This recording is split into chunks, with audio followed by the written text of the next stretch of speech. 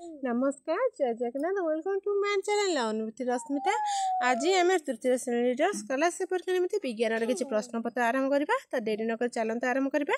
निम्नोक्त मध्य कहार वंश वृद्धि हुए ना यार सठिक उत्तर हो काठ। सूर्य अस्त होगले केउं गछर पत्र आपे आपे बंद हो जाए यार सठिक उत्तर हो चाखुंडा। उद्भिद श्वासक्रिय केउं बाष्प ग्रहण करे पिले उद्भिद श्वासक्रिय अम्लजान ग्रहण करे एवं जो खाद्य प्रस्तुत करे से अंगारकाम्ल ग्रहण करे। खाद्य प्रस्तुत समय उद्भिद केउं गैस ग्रहण करे यहाँ कही सारे अंगारकाम्ल।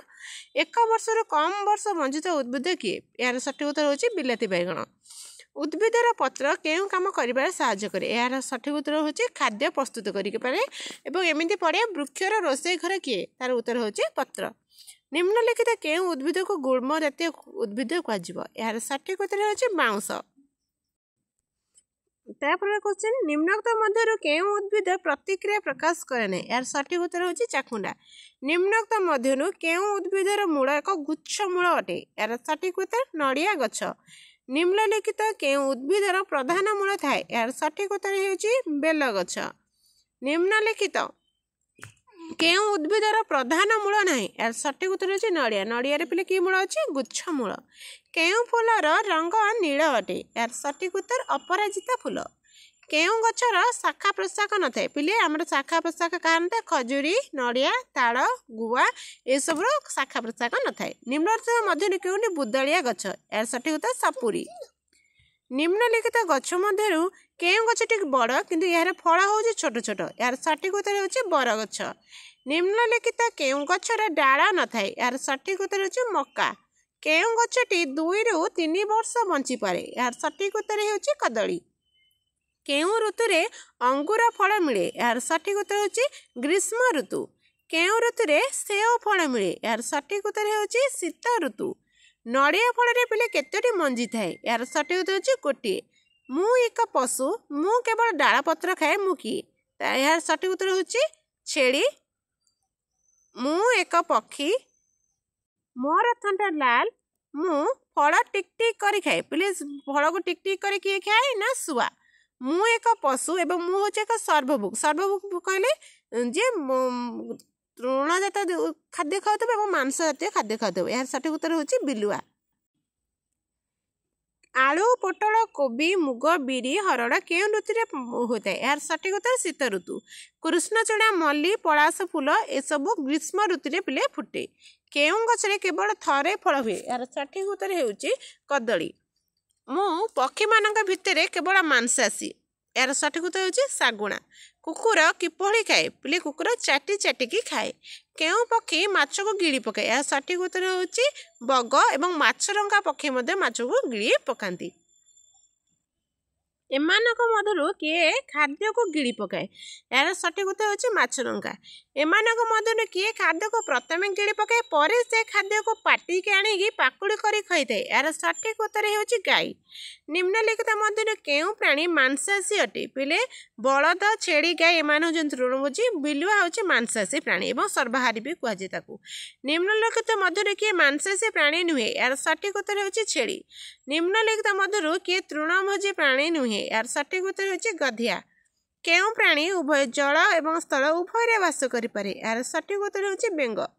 केउं प्राणी घास नड़ा और कुंडा खाई थाए यार सठिक उत्तर हो गाई। वंश वृद्धि करने कहार लक्षण अटे यार सठिक उत्तर हो सजीव मानकर लक्षण। निम्नलिखित मध्य किए एक तृणभोजी प्राणी यार सठिक उत्तर हो छेड़ी। निम्नलिखित मध्य मनीष केउं प्राणी मनीष हूँ पिले सर्वहारी जेतु से मांस भी खाए और तृण जातीय खाद्य खाए। एमानक मध्य किए संपूर्ण अलग पिले बिलेई मनीष कुकुर बिलेई एवं गाई देची। एमानक मध्य किए अलग हम मनीष हम अलग। निम्नलिखित केउं प्राणीटी जंगल रे रुहे जंगल रे पिले किए रहे ना हाथी आमर हूँ जंगल रे रुहे। तापर प्रश्न निम्नोक्त मध्य केउंटी आम शरीर बाह्य अंग अर्थात बाह्य अंग पिले कहले जोटा कि जो अंग गुड़ी को आम बाहर देखिपारू यार सठिक उत्तर हो आखि। सूर्य को आम चाहिए आमर केउं अंग उपर को प्रभाव पड़ता है यार सठिक उत्तर हो आखि। अंधार कणा कि प्रकार रोग यह एक चक्षु रोग। केउं अंग साहाय्य आम खबर कागज पढ़ी पारू यार सठिक उत्तर हो आखि।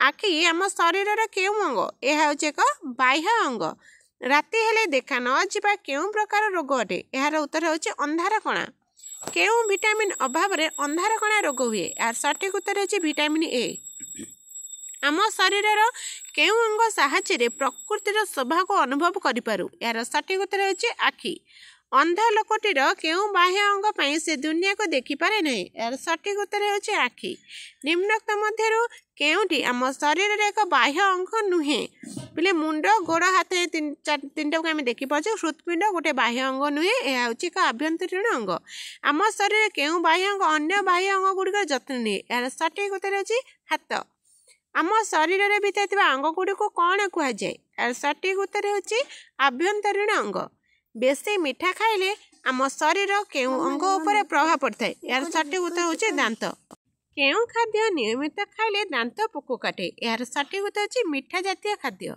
पाखरु टीवी देखिले धुआं और गैस संस्पर्श रे आसिले केउं अंग उपर प्रभाव पड़े यार सठिक उत्तर होची आखि जोरे पाण फुटिले तुमर केउं अंग उपर प्रभाव पड़े यार सठिक उत्तर होची कान आम शरीर को किए चादर भलिया घोड़े हो रही यार सठिक उत्तर होची चर्म पिलाटी बही पड़ुछि एथिरे कार्य सहित जड़ित अंगटी किए यार सठिक उत्तर होची आखि और हाथ पिलाटी फूल सुंघुछि एथिरे कार्य सहित जड़ित अंग किए नाक एवं हाथ काचकुंडिया एक कि प्रकार रोग यार सठिक उत्तर होची चर्म जनित रोग तापर जोरे सॉरी पर्वपर्वाणी विवाह उत्सव रे जोरे माइक बजारे तुम केउं अंग पर प्रभाव पड़ो यार सठिक उत्तर होची कान विभिन्न प्रकार सुगंध और बास्ना केउं अंग द्वारा आम जानीपारू यार सठिक उत्तर होची नाक तापर मुंड अपरिष्कार रहिले मुंडरे कौन हुंती उकुणी हुंती पिलाटे गाधौछि एवं देह घसी होउछि एथिरे कार्य सहित जड़ित अंगटीर मध्यरु किए